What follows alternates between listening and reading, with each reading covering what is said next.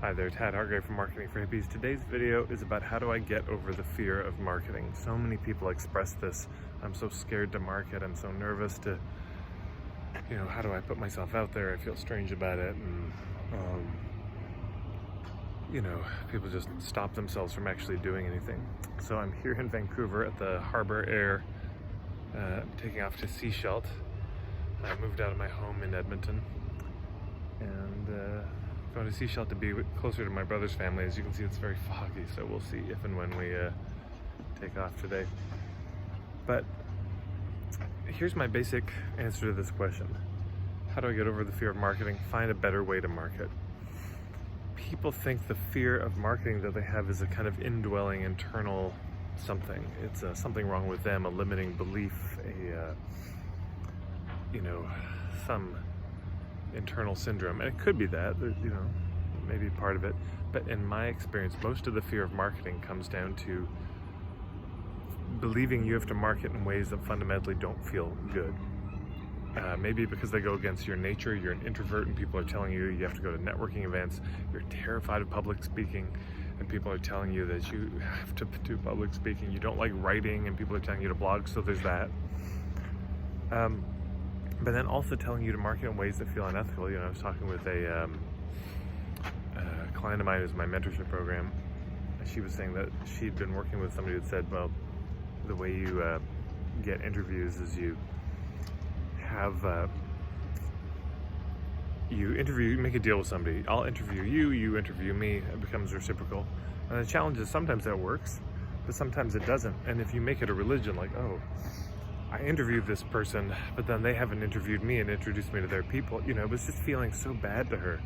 And then she felt like she was harassing people, following up to try to push them to get them to do this damn reciprocal interview. And I just said, it doesn't all have to be reciprocal. And don't interview anyone where it's not a win in and of itself. So, I could just give example after example of this, of ways that people felt like they had to market that felt bad. And basically what I just said, you don't have to do that. The relief they felt was so palpable. And immediately the fear went away. Because what was the fear? The fear was of doing something that actually genuinely feels out of integrity. I'm going to do something that isn't a good thing to do. I'm going to hurt people. I'm going to use people. I'll manipulate people. And so then, of course, you feel bad. Of course, you're scared to market in that way. So you just find a better way. That's the solution. Scared of marketing? Find a way to do the marketing that would feel good. Of course, this is the whole thrust of my day-long workshop, Marketing for Hippies 101. And, I suppose the Hub marketing ebook that I've written touches on this the most in a practical way. But that fundamentally comes from the orientation. If you want to find a way to market that feels good, comes from the orientation of how do I get to the truth of if this is a fit instead of trying to convince people to buy. Yeah. If you come from that orientation, honestly, that handles most of it. Okay, let's, get to the truth. Is this a fit or not? If it's a fit, great, we'll move ahead, and if not, we won't. And of course, is it a fit? Well, this comes down to the niching question, the point of view question, etc. Just trying to think if I can think of one more example of a way that people felt like they had to market that didn't feel good.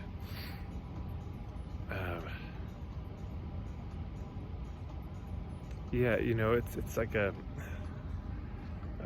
knew of a rabbi who had online coaching programs he did, and he would speak at synagogues, but he felt so strange. Like, I feel weird as a rabbi to be standing up there, and then at the end of my words to the gathered people to say, oh, by the way, check out my home study course. And I said, you're right, that would feel weird.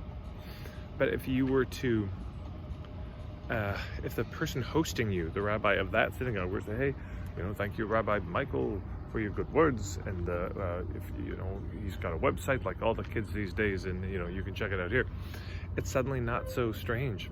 If you go to a networking event and you believe that you have to go around, shake everyone's hand, get everyone's business card, follow up with everyone, and get clients, that's probably going to feel terrible to you and to them.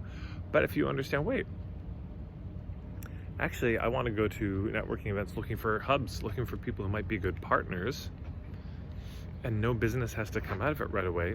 This immediately starts to feel better. And then if you go to the networking event with a colleague of yours and you network for them and they network for you, that feels even better. You see what I'm saying? There's usually a way to do it that feels good. And as soon as you find the way to do it, there's nothing to be scared of.